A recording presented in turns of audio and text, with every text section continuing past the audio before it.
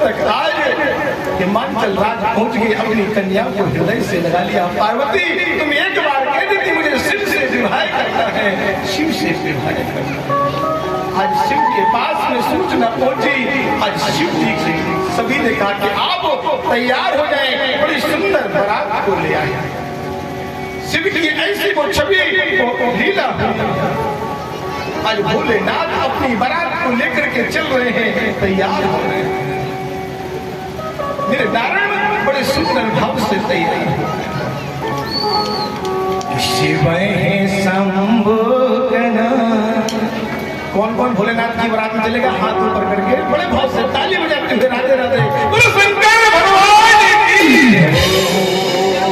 शिव है शंभु गण करे श्रृंगार।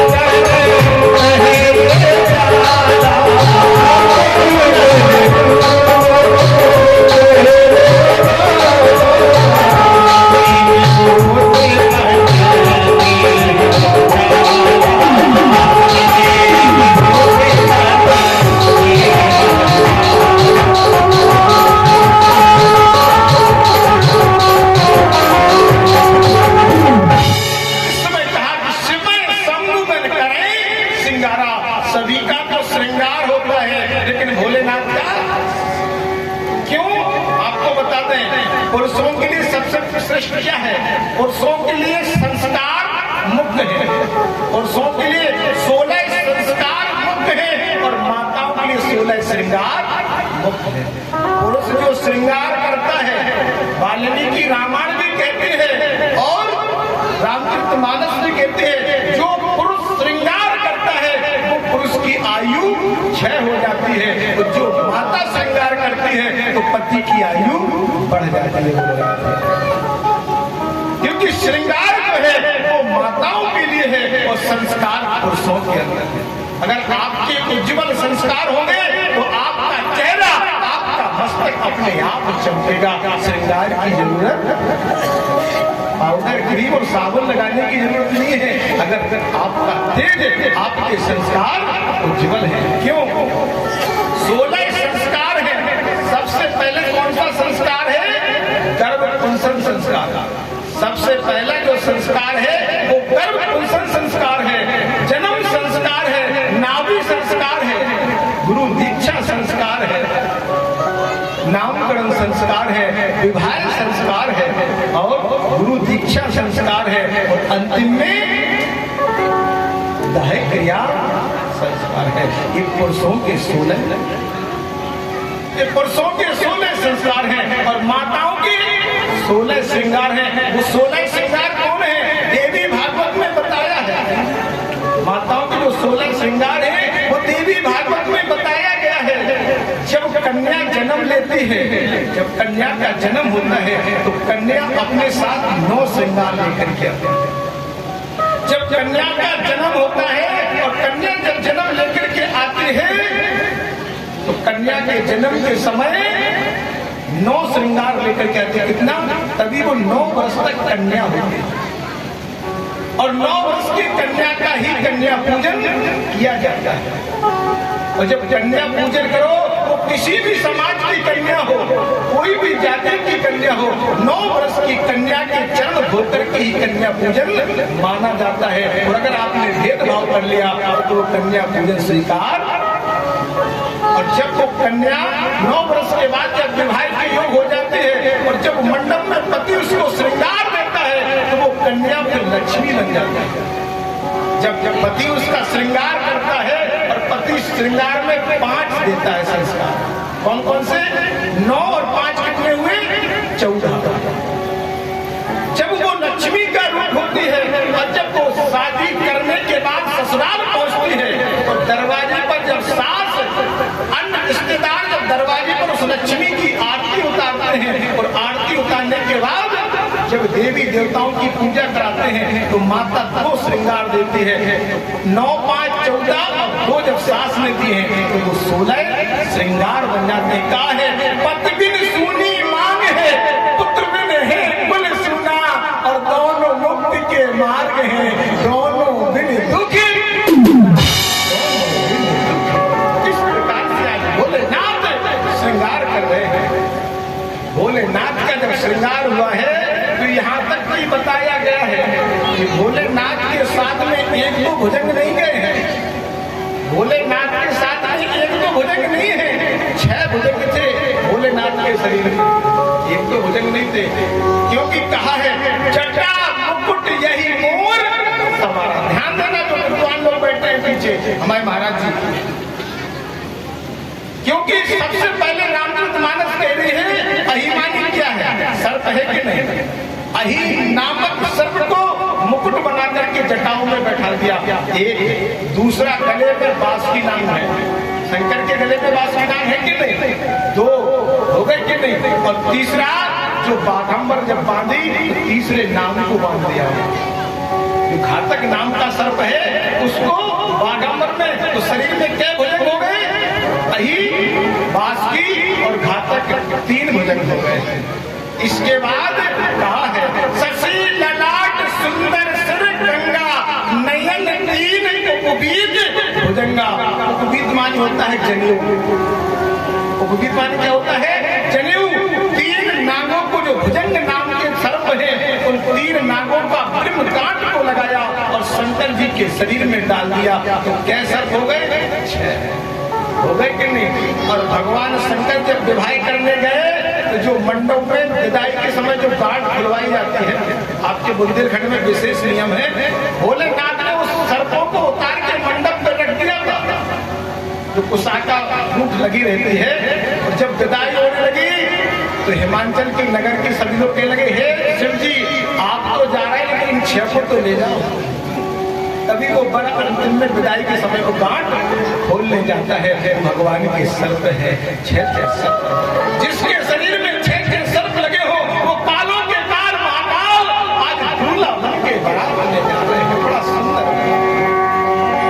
मन ही मन महेश मुस्काए, आज भगवान बड़े भाव से मुस्कुरा रहे हैं और चले जा रहे हैं बारात के लिए। ओ मुखहीन विपुल मुख, काऊ के तो मुख ही नहीं है और काऊ के मुख ही मुख है। दशानन रावण भी बारात में जा रहे हैं, राहु केतु बारात में जा रहे हैं, शुक्र शनिचर बारात में जा रहे हैं। हष्ट पुष्ट काऊ को शरीर को बढ़िया बलवान है और कोई रूप को सुख को है बोल राधे राधे। आज भोलेनाथ की ऐसी बारात जैसे हमारे संग में पूरी बारात बैठी बोलो राधे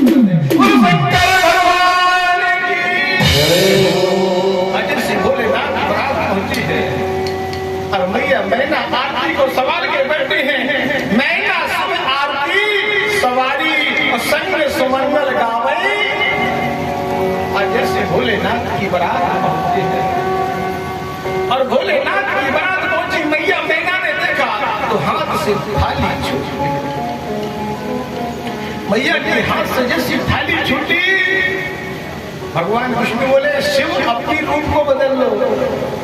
महाकाल क्या कह रहे हैं, जो सम्मान में अपमान निकाले उसे इंसान कहते हैं, जो सम्मान में अपमान निकाले उसे इंसान कहते हैं, और जो अपमान में सम्मान निकाले उसे महाकाल कहते हैं।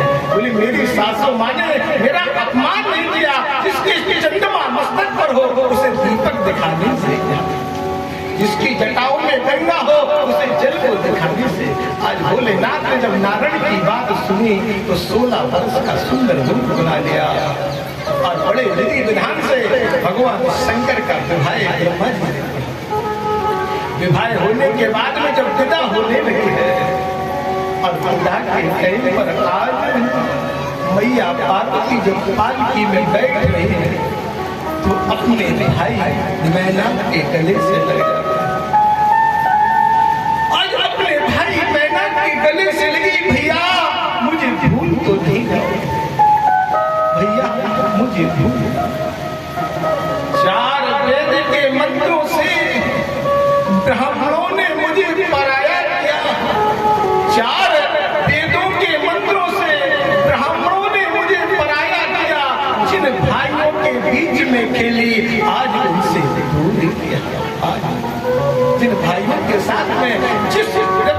तक लड़की कुंवारी होती है, जब तक लड़की कुंवारी होती है तो घर में उसका पूरा अधिकार होता है तो घर की मालकिन बन के रहे।